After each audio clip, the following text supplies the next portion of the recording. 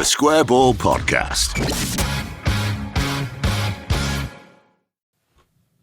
Well, hello to you. Welcome to this show that's brought to you in association with Levi Solicitors, who will do you a 10% discount on your legal fees at levisolicitors.co.uk/the square ball. Just waiting for the website to load. Just give me a moment. Is it taking some time? Is it you can't do it without it? It's not a very good laptop list. It's just taking a while. Will's Probate Conveyancing, loads of other legal services for you and your business. levisolicitors.co.uk/the square ball to check them out and get your discount. Yeah, definitely do that if you need them for anything really. Medical negligence, professional negligence, personal injury, Lasting resolution. powers of attorney is your new favourite, isn't it? Yeah, that's a good one. Both of the powers. Come on, polish your act up in future. Wednesday, the 7th of September 2005. What happened? England lost. Disgrace. And it was very funny because it was a Leeds player who scored the goal. Yeah, Ken Bates was our owner at this time. Kevin Blackwell was our manager. What times? Well, this was the big push for promotion season. We weren't to know it at the time, but this was kind of the one-shot deal, wasn't it, at getting back up? But weirdly, like, being at Ellen Road in this season was a bit crap. The highest attendance was under 28,000 versus Sheffield Wednesday.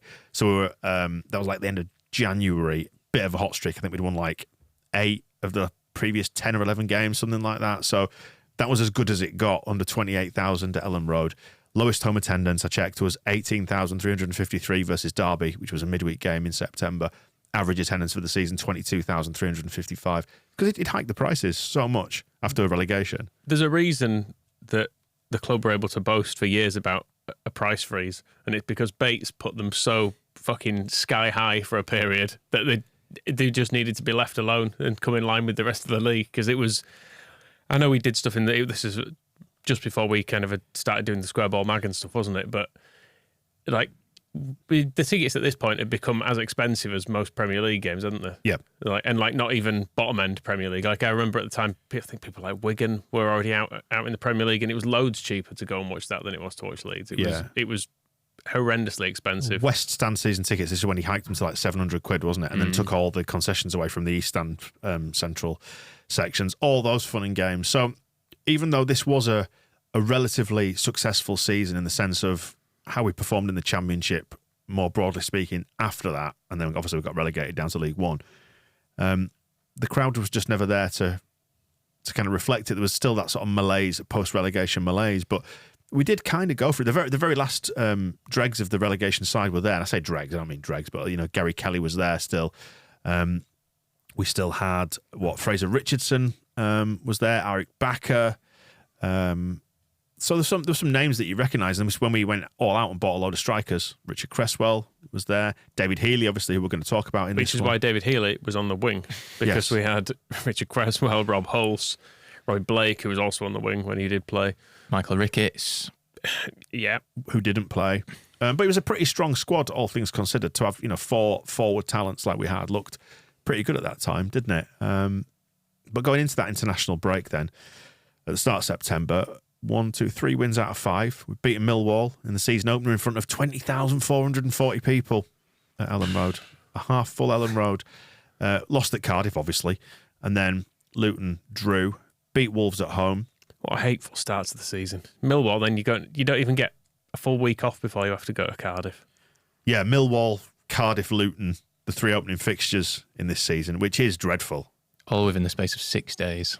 Shouldn't be allowed. A win, a defeat at Cardiff, obviously, and then a draw at Luton before we beat Wolves at home and then Norwich away. International break, where we all headed off to have a little bit of fun because we love the international breaks, don't we? And I guess the point I'm getting at with this show and the reason why we're doing it is because that was in that time in particular, Leeds fans had a really weird relationship with the national team because, I mean, we'll get onto it, but it's full of hateful bastards, wasn't it? We'll return to Leeds United's form after this and what happened in the wake of it all in due course. But there are some Leeds United links in this game, insofar as Northern Ireland had, and stop me when you hear some names you recognise, Taylor, Baird, Capaldi, Hughes, Cragen, Davis, Gillespie, Johnson, Healy, Quinn, replaced by Feeney, and then Elliott, replaced by Duff, with Ingham, Robinson, Jones and Brunt on the bench.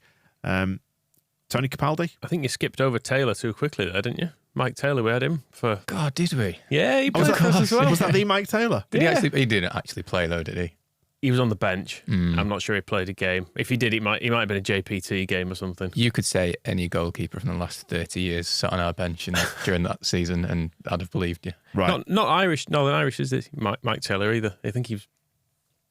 This is going off memory, but I'm sure like his dad was in the forces or something, so he was born on a military base, which meant he could play anywhere. We should definitely get into that on this show. Or something.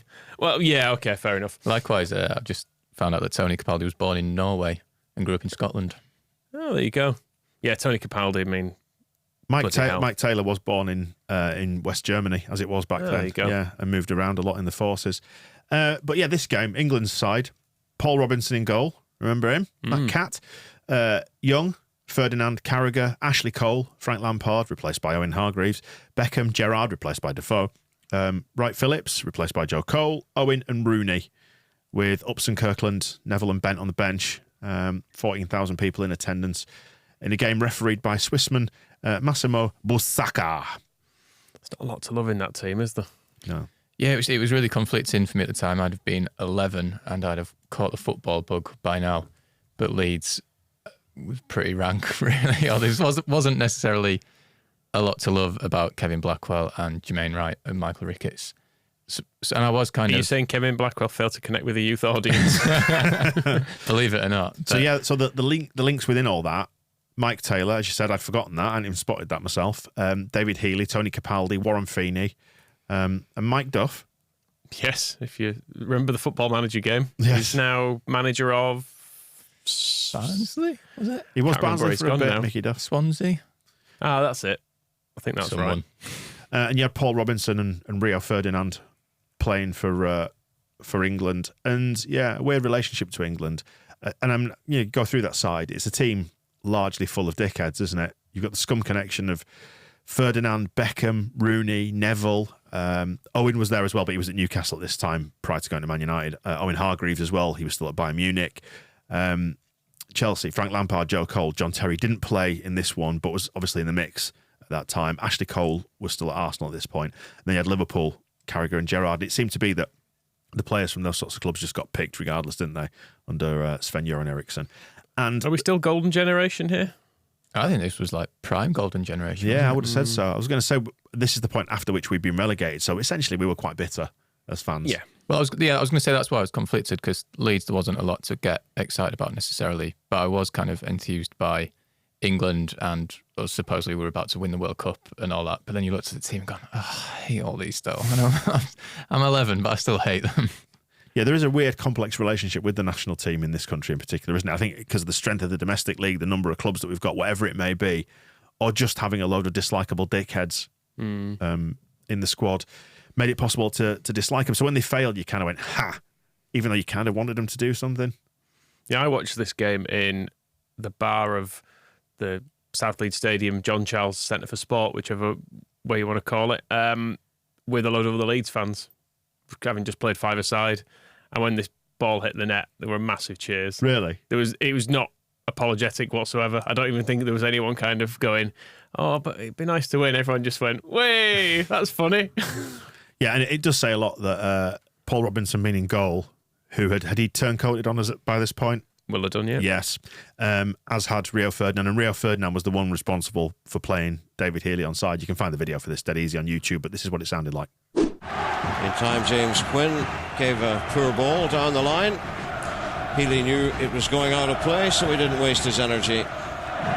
And Healy seems to be moving sprightly enough, considering his worry about thigh injury. Here's Davis. It's a good ball. The flag stays down. Healy! Oh!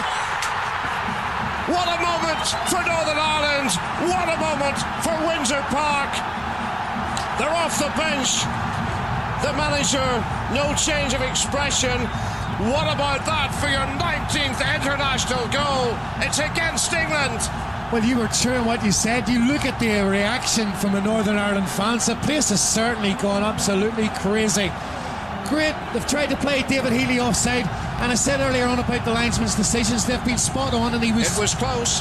But what a great finish from David Healy, right in the top corner. Yeah, that footage from BBC Northern Ireland, wasn't it a good finish as well? He proper put his foot through it. And well, let's run through the goal and identify some of the bastards who were involved. And this is Ashley Cole. It starts with Ashley Cole taking a throw midway inside his own half over on the far touchline. And it's a surprisingly bouncy ball that he throws back to Paul Robinson, isn't it? It's quite difficult for the keeper to deal with. Paul Robinson struggled with things like that historically as well in an England shirt, as we found out a few years later. So what happens is Healy closes down Robinson around the sort of the 6-yard line, and Robinson, with the ball bouncing in front of him, essentially swings a boot at it and gets it out of there, clears it towards the edge of the centre circle. It sort of drops, and Frank Lampard jumps, are we going to say unenthusiastically, to win this header? So it's a jump of a heavy man. Yeah. Yeah. That's what I'm saying. He's struggling to get that weight off Yeah, I'd say so. off the ground. But so he misses it. And then Davies comes out of the it's not even nobody's fighting for the ball. It just drops to him, doesn't it? Because Frank doesn't bother winning it. He's just in a bit of space. So he kind of advances out of there with the ball unchallenged. Lampard obviously makes absolutely zero effort to get back and recover it. So Healy at this point has gone from the edge of the 6-yard box, trying to get back onside, but makes it sort of turns and peels off Jamie Carragher to receive a ball over the top. But he's behind Carragher. Carragher never sees him at this point. And you realise then there's an arm goes in the air, and Carragher follows suit. His arm goes in the air as well. Both him and Ferdinand appealing for offside. But the replays from the edge of the box showed that he was well onside, and it was Rio Ferdinand who was playing him on. Good. I loved that fact watching it back. I was really happy when I saw the arm go up, and I was like, was that Ferdinand? It's like, yes, get in. It's his fault.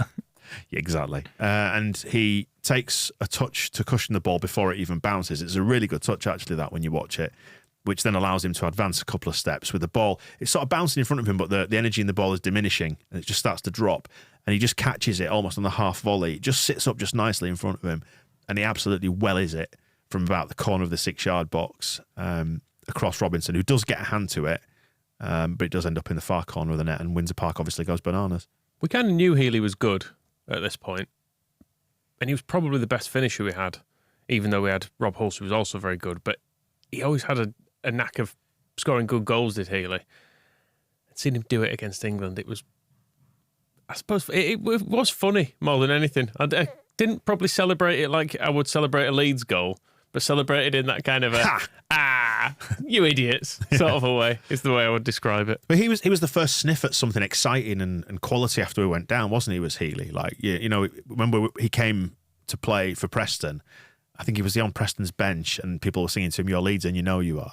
Because we'd started the previous season, the one straight after relegation, with Michael Ricketts and Julian Joachim up front, and like Danny Cadamartri, and none of them were scoring. And then Healy rocked up and just immediately started scoring. Like you say, it was that first excitement of just a bit of swagger, I think. You know, like that centre forwards, just they know they can score goals, and he had that, unlike Michael Ricketts.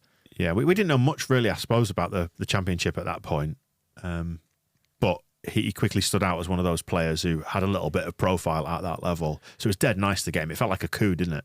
It's worth saying, given all the scum links in the England team, do we have to accept that Healy himself is a scummer?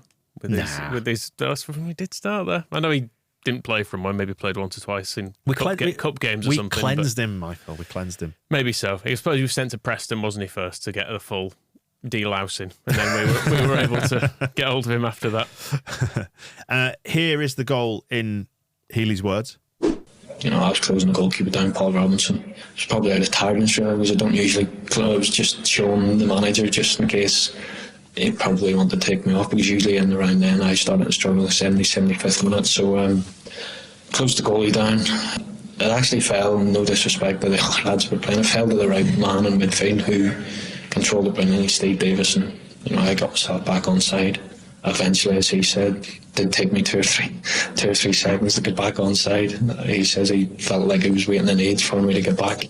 That was just my pace, that was my legs. And you know, you stay on side, and as I sort of spun around, I actually don't realise at the time, because I can't see the linesman when I've spun to come back round, and I can see looking along the line, it was Ferdinand with his hand up, and Luke Young, who was playing right back at the time. And then I realised then I was onside, because Ashley Young's trying to close me down, but then I'd already made my mind up. But I actually took a nice little bounce, and from then on you just use your instinct. You know, I practiced many times from angle shooting, and thankfully I went in. I do like the fact that he bothered to close down just so he didn't get taken off. He said, I wouldn't normally close down, and I was tired by that point, but I wanted to, like, sort of the implication being I wanted to stay on because I was having a nice time, but the manager would normally take me off by then because I was knackered. So I ran around a bit just to show that I wasn't knackered. They wouldn't have taken him off. He was their best player, wasn't he? He had unbelievably good record for Northern Ireland, did Healy. Yeah. He always did well at club level. He scored a decent number of goals for us, but it always felt like Northern Ireland was where he did his best stuff. Yeah. He scored 3 goals in that series of qualifiers, and he got 2 more in friendlies that season. He'd scored against Germany just before that, I think, which really, I think that made us all sit up and go, oh, we've got one here. It was a year later, almost exactly to the day, he's got a hat-trick against Spain. And it was that point where we're sort of in the middle of a relegation battle. You're thinking, why have we got Europe's best goal scorer on the wing? England did end up topping the group in that qualifying campaign, so it was irrelevant in the end. They got 25 points from 10 games, with Poland finishing just behind them on 24. For the record, Northern Ireland finished 4th on 9 points. Obviously, 3 of them came that night at Windsor Park, with Wales and Azerbaijan beneath them in the table. His manager that night as well went and signed him from us, didn't he? He got, when Sanchez ended up at Fulham. Laurie Sanchez ended up at Fulham. It's weird, actually. You see Dave Besant on the bench as well, watching the footage back. You're like, I completely forgot that was it's 80s Wimbledon. Thing. Exactly, yeah. It's just like a bit of a reunion going on. But yeah, he paid £1.5 million for him to get him out of Leeds, and our shit show of a season. England went on to the 2006 World Cup in Germany. You were there, weren't you? Yeah. Did you watch some of that? Yeah, it's rubbish. I watched England beat Trinidad, but then I just went to a load of other games. Yeah. The England game was truthfully the worst bit of it. Yeah, so it was Paraguay 1-0 victory, Trinidad 2-0. Very Englandy. Yeah. Then it was 2-2 against Sweden in the groups. Ecuador in the round of 16, which was 1-0, and then obviously lost in the quarterfinals. Play a good team, go home. Portugal on penalty. So what was the point? It was basically the standard route. I know things have changed a little bit under Southgate. We've got a bit further, haven't it? But that was essentially what England would do. Have some unconvincing performances against some dross in the group stage, get through, lose when you play someone good. Brilliant. With a team full of dickheads. There you go, the TSB guide to David Healy scoring against England. The Square Ball Podcast.